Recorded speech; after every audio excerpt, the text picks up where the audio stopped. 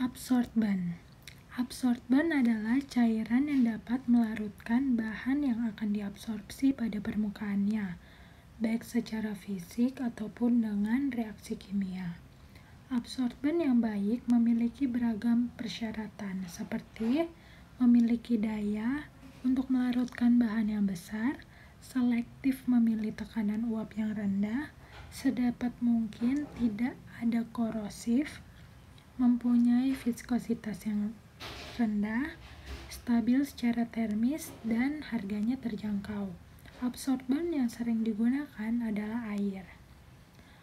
Prinsip kerja absorban adalah mekanisme di mana satu atau lebih zat pencemar dalam aliran gas dieliminasi dengan cara melarutkannya dalam liquid atau air.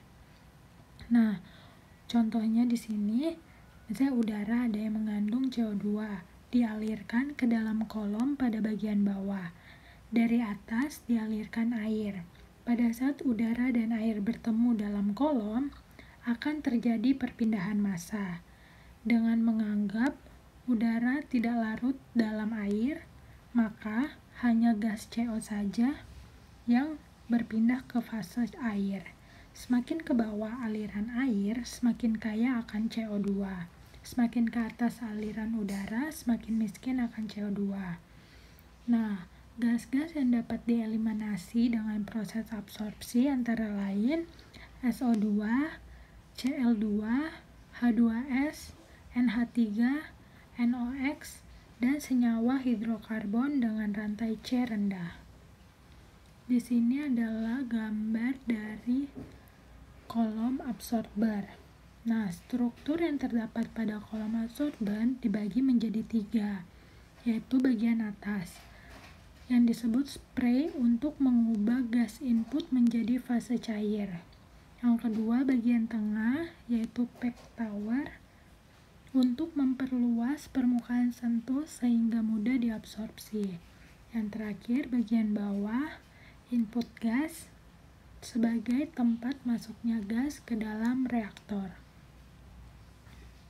Jenis-jenis absorber. Absorban memiliki jenis-jenis antara lain pack tower. Pack bed berfungsi mirip dengan media filter, di mana gas dan cairan akan tertahan dan berkontak lebih lama dalam kolom sehingga operasi absorpsi akan lebih optimal.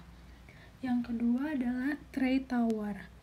Tray tower adalah unit absorpsi yang menggunakan lapisan atau tray untuk mengalirkan ke bawah. Pada tray tersebut terdapat lubang-lubang untuk melewati gas. Yang terakhir adalah spray tower. Spray tower adalah unit absorpsi yang menyemprotkan cairan ke dalam cerobong asap. Aliran gas inlet biasanya memasuki bagian bawah menara dan bergerak ke atas, sementara cairan disemprotkan ke bawah dari satu atau lebih tingkat. Di sini ada gambar dari ketiga jenis absorpsi.